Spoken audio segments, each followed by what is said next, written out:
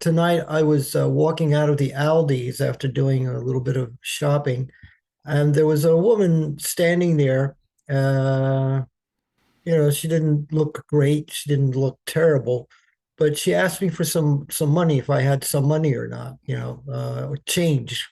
So I said, yes, I have change for you. So I dug in and I pulled out some change and I gave her the change and I asked her, well, what are you doing out here? And she started to talk about some sort of benefits that she can't get and that this and that. And so it ended quickly. And then I just kind of started walking away and walking to my car. And there for me was this sort of like idea that I can give her more. I can give her more. I have Hmm. dollars in my pocket. Right. I don't have to give her just change, even if she asked for them. Right. So it was like this revelation about that the giving is important. It's important to see that, and it's important to give out of your heart. And so I turned around and went back and I gave her a buck. Hmm. It Right. doesn't sound like much, but it was for me. It was a big thing because I stopped looking at her as somebody who was trying to get something from me. I Right. started looking at her as kind of like me. This is me, Mm. could easily be me, and this is me in other situations in my life. Except I'm not begging for anything. Of that nature. Right. So it was a really great experience, and it just kind of brought a really openness to myself and in my heart. And I had to go back later on to, I forgot the eggs. I forgot to buy eggs. I had to go back to get eggs. And it was just different how my experience was in people after talking to this woman and having this little giving experience, that I would just be in the store and I'd be talking to people, and I was standing there with my carton of eggs waiting to get online, and there was a whole bunch of people online. And this one kid said, "Is that all you got?" And I said, "Yeah, this is all I got." And so he said, "Get in front of me." And I said, "Thank you, thank you, thank you." And there was like a back and forth, a real appreciation for what he had done, and also just the understanding of what he had done was a good thing. And so it was just just full of these little episodes of things that probably don't usually mean anything, but once you get the flavor of them, you realize how much they kind of just come out of wanting to be open and wanting to be caring and not just putting a label on somebody and saying, oh, they're this or they're that or whatever it is, and just opening yourself up. So it was a really a little fun experience, a fine, fun experience to have. Yeah. So Yeah. and I wouldn't normally, years ago, I would never have done anything like that. But I think recently that kind of comes out more and more and more in people I don't know, and just these random situations that Hmm. turn out to be little wonderful little nuggets of good humanness. Yeah. You know that in Buddhist teaching, there's something, I'm sure you're familiar with this, Peter, called the six paramitas, the six transcendental virtues that support the growth of our awakening.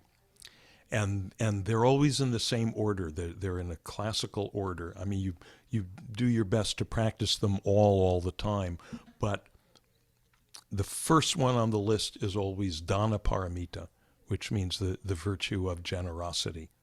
That's like the basis of the whole thing. And it is a very, very good exercise to look for ways that you can be generous, that by deliberately looking for ways to be generous, you can be more generous than you would have been otherwise, which is exactly what you did. Well, let me go back, give her some paper money, not just a change, right? And when you're when you're tipping your server in the restaurant at the end of a meal, and you go, okay, I'm laying down this much. Well, maybe keep keep peeling the bills off out of your wallet, or these days we're probably punching it into a machine or something. Punch the 25% instead of the 20%, or whatever. And notice what that does, how that makes you feel. There is and I'm hearing this in what you're saying as you're telling the story. There's an expansiveness. Here's this word again. There's a freedom in, oh, I have the option to do this. I can do this. And as the more relaxed and free I am in my giving, the more I see something that you mentioned. In some ways, she and I are not different, because what happens is the the more we're selfish. This is a very interesting word. The opposite of generous, selfish. Selfishness reinforces the illusion of being a self with a small s, individual self. The more we go, I got to keep this for me, I got to keep this for me, that reinforces the illusion that we're just a little wave on the ocean and we got to hang on to all the water that we can so that we can be the biggest possible wave. When we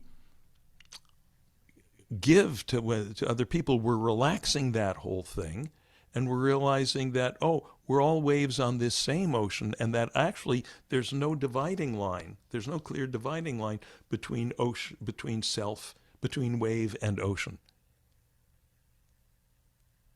If we were all just isolated waves and there's no ocean underlying us, there would be no good reason to give, to be generous, unless you're doing it in some cynical, strategic, transactional way. Well, if I give this thing to this person, then they'll do such and such for me, and I'll wind up getting the better end of the deal, which is the way a lot of people live, actually. And if we look backward in time at ourselves, we probably lived more that way earlier in our development. But the more we see, these two things support each other. The more we find our perspective on life expanding, realizing I'm not a little wave of individual personhood, a little narrow Dean, 5'10", 173 pounds. I'm the ocean of being. Then the less I feel I've got to hang on to every dollar in order for me to be okay. I'm still okay. I'm still that ocean, whether I hang on to this dollar or give this dollar to someone else. And then the more I'm free to give that dollar to someone else, the more that affirms that, okay, we're all waves on this same ocean. And again, this is one of these things that tends to happen anyway as we become more mature, whether we've ever practiced meditation or not. This is one of the reasons why a lot of people find parenthood to be so supportive of their growth, because you no longer thinking about what you're going to get for Christmas and whether it's going to make you happy. It's all about making your kids happy.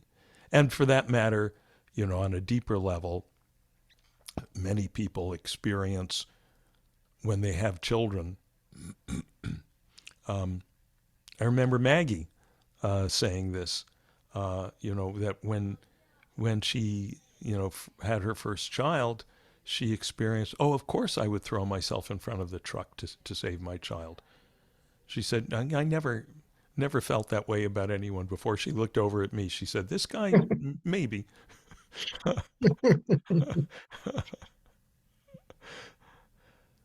So is that, you hearing that and how that connects with what what you experienced? Yeah. Yeah.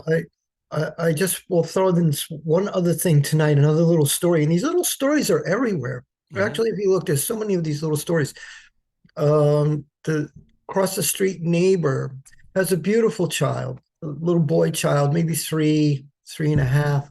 And he always, when he sees me, he says, "Hi, how you doing?" No matter where it is. And it was already dark tonight. Mm-hmm. And then I hear this little voice, hi, how are you? Hi. And it was him across the street with his mother, about to go somewhere. And Right. in just listening to his voice, there was just such a sincerity and just such a presence that completely opened me up, and I had to like respond with a "Hi, I'm doing great. How are you?" You know, that kind of a thing. And Right. so it was just spontaneous, but a world opened up in those few seconds, you know, and I got to see his true being, you know, as Yes. just this open, out there, little beautiful little Showing child. him the beauty of his true being, which is exactly the same as the beauty of your true Yes, being. Now, that child is your teacher. yes, And what he has taught you is that now you can be the one to initiate that, hey, hi, with others, with other people. I agree. Yes. Yeah.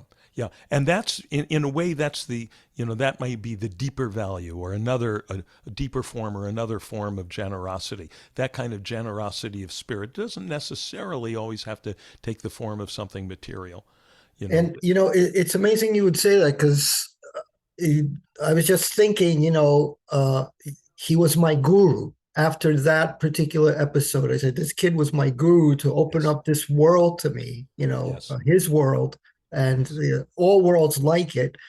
So yes, he was my guru. So I Yes. agree 100% with you on that one. That's the line in the Bible, and a child shall lead them, right? And a child shall lead them.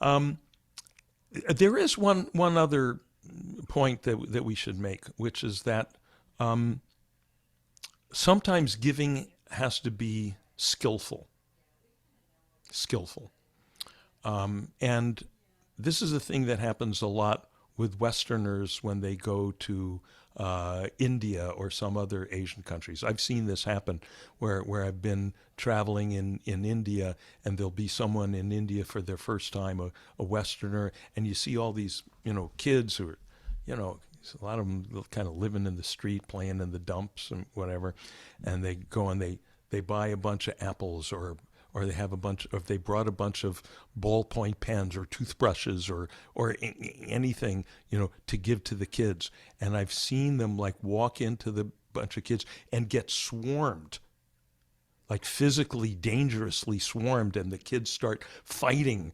over we like the idea of the innocent child that's going to lead us, but it doesn't always work out that way. Um, so so then it becomes, in the real world, sometimes we have to apply some skill. Well, how can I be generous in a way that is going to be constructive for myself and for the others?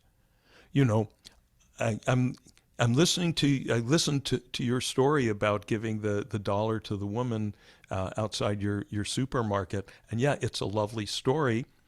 Um, Everything we just said about it is right, great, amen. At the same time, I live in a place where a whole bunch of homeless people, many of them um, um, uh, uh, mentally ill, many of them seriously addicted to drugs, some of them clearly dangerous characters. Um, uh, if they've figured out a way to scrounge together enough money for a bus ticket, they've all left, Minneapolis and Chicago and every place else cold. They all come here, here where I live on the where we got the best climate in the country, and you know. I'm living in this lovely place under the palm trees, but 4 blocks from my house are people, in their little makeshift tents camped out on the sidewalk. Some of them literally living in garbage and just generating garbage on the sidewalk there. And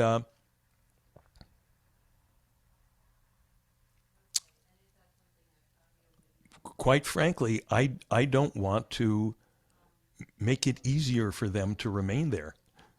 Very, very realistically, I want a better solution. I don't know what the solution is.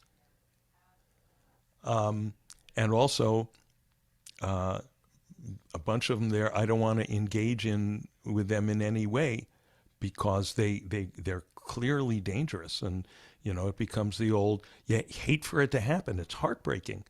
I want to be able to just be generous and give and helpful and say, hey, hi, how are you? Even that form of generosity. But a lot of these people will, you know, they'll take that as a, or possibly take that as a, in a completely wrong way, and suddenly you're in a physically dangerous situation. So it's really nice when we can respond in expansive ways, and it's simple and easy, and should, you know, by all means take advantage of it. And then sometimes it's more in the real world, it's more complicated than that, the so-called real world. Then the question becomes, even if I'm keeping my eyes down, even if I'm refusing to give money to this aggressive beggar because I don't want him standing in the parking lot of my Whole Foods being aggressive to people, including me, how can I do that and still keep my heart open? Right? That becomes the challenge. And that's more kind of in the, you know, in the advanced course.